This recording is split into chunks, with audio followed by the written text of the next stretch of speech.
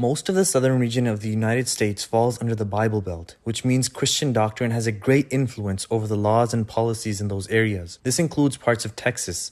In Dallas, 77% of adults subscribe to the Christian faith, as compared to the tiny 1% of adults being Muslims. Despite that, His Holiness the Caliph Mirza Masroor Ahmad, worldwide head of the Ahmadiyya Muslim community, visited Dallas, Texas and inaugurated a beautiful mosque.